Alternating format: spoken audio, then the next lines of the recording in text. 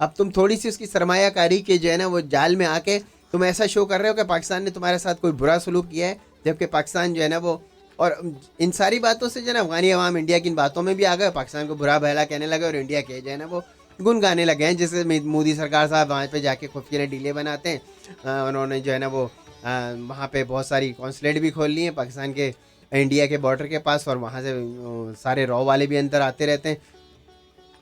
تو مطلب یہ جو جاسوسی ایجنٹوں کا جال افغانستان سے بلوچستان تک پھیلا گیا ہے، اپنے نئے ماسٹر امریکہ کی مدد سے افغانستان میں اثر و رسوخ بڑھا کے ان کی سرزمین استعمال کر کے بلوچستان میں بدامنی اور علیحدگی پسندوں کی تحریک شروع کر دی ہے. تو میرا خیال ہے مجھے ایک سیکنڈ دیں تو وہ اور آج کل بھی بھرپور دہشت گردی کارروائیوں میں بھی ملوث ہیں. میں وہ جو ہے نا آپ کو وہ سناتا ہوں جو ان کے انڈیا کے عہدے دار جو ہے نا، یہ وائر تھوڑا چھوٹا پڑ رہا ہے یہاں تک آنے میں، جو اس سی پیک منصوبے کو تباہ اور برباد کرنے کے لیے تلے ہوئے ہیں. سب سے پہلے تو یہ ایک انڈیا کی آپ کو جو ہے نا یہ عہدے داروں کی یہ بات چیت سناتا ہوں، سنیں. کیسے ہوگا یہ ایلیمنیٹ؟ کیونکہ جل سنگھ، او مائی گاڈ، ٹائم ختم ہونے والا ہے. میجر اکشے، میجر انی کرشنن، کرنل ایم رائے، ہم لوگ اتنے، کرنل مہادک، اتنے ویر رنباکروں کے ہم نام سنتے ہیں جنہوں نے اپنے پرانوں کا سرووچ بلیدان دے دیا، لیکن سمسیا جس کی تس بنی ہوئی ہے سال در سال. سمادھان کیا ہے؟ کیسے آتنک کو اور پاکستانی سینا کو شکست دی جائے؟ آتنک اور پاکستانی سینا کو شکست دی جائے. سنیے. Can you hear me please? Yeah. دیکھیے جو جنرل صاحب نے بتایا، جنرل ملک نے، اور جو کاروائی ہم کر رہے ہیں، جیسے کہ آپ نے یہ ٹرانس ایل سی جو سرجیکل سٹرائکس کو دیکھا، یہ ٹیکٹیکل آپریشنز ہیں. دیکھیے جو دو ٹیررسٹ گروپس، تنظیمیں جو ہمارا خون بہا رہی ہیں، وہ ہے لشکر طیبہ اور دوسری ہے جیش محمد.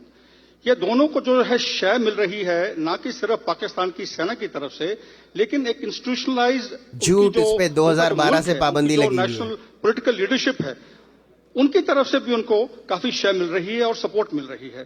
اور یہی ایک کارن ہے کہ آج، اور دوسری ساتھ میں بات یہ ہے کہ owing to certain inadequacies in the اس کی آخری بات ضرور سنیے گا، ایک منٹ رہ گیا میرے پاس، میں اس کو کنٹینیو کروں گا نیکسٹ ویک، لیکن یہ شخص جو میجر جنرل جو بات کر رہے ہیں اس کی آخری بات ضرور سنیے گا. ابھی ٹائم ختم ہو جائے گا، میں نیکسٹ ویک اس کو کنٹینیو کروں گا اور آپ کو دوسرے ایک اور بہت ضروری جو ہے نا وہ ہے، وہ جب باڑھ آتی ہے تو وہ جو وہاں کی عوام ہے ان کی مدد کرتے ہیں. تو اس کے کارن جو لشکر طیبہ ہے خاص طور پہ، یہ ایک اپنی ایکسیپٹیبلٹی، ایک اپنی ریلیونس جو ہے وہ بنا چکا ہے اپنے پنجاب پروونس کے اندر، پاکستان کے اندر. تو ان کو جو شے مل رہی ہے، جو ایک طاقت مل رہی ہے پاکستان میں، وہ اتنی مضبوط ہے، اور خاص طور کے پاکستان کی فوج سے. جب تک ہم اسے نہیں ٹارگٹ کریں گے، یہ کاروائی کرتے رہیں گے. ہم موڈ جواب دیتے ہیں لشکر طیبہ کو، جیش محمد کو، ایل سی کے اوپر، لیکن ہمیں جو ان کا جو سینٹر آف گریوٹی ہے، جو مریدکے کے اندر ان کے ہیڈ کوارٹرز ہیں لشکر طیبہ کے، بھاولپور کے اندر ہیں جیش محمد کے، وہاں پہ ہمیں ختم کیا جا چکا ہے. اور ٹھوکنا کیسے ہے؟ ہمیں ضروری نہیں ہم وہاں خود ان کو کریں. ٹھوکنا کیسے؟ پاکستان کے اندر بہت لوگ مل جائیں گے جو کہ پیسے کے لیے کام کرتے ہیں. پاکستان میں بہت لوگ مل جائیں گے. کیپیبلٹی تیار کرنی ہے، ایسیمیٹرک کیپیبلٹی تیار کرنی ہے. تو unless we do that, you have to cut, لوہے کو لوہا کاٹتا ہے. You can't afford to use conventional resources ایک ایسیمیٹرک جو ایک تھریٹ ہے اس کے خلاف.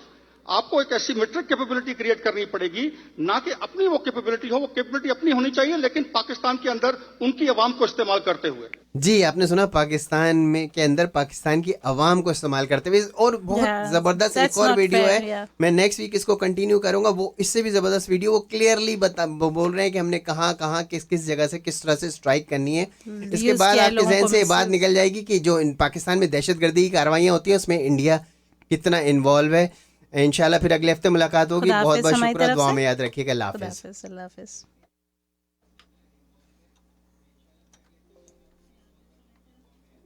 This is Your Talk, one of the few true originals of our time, on 1590 WCGO, Evanston, Chicago.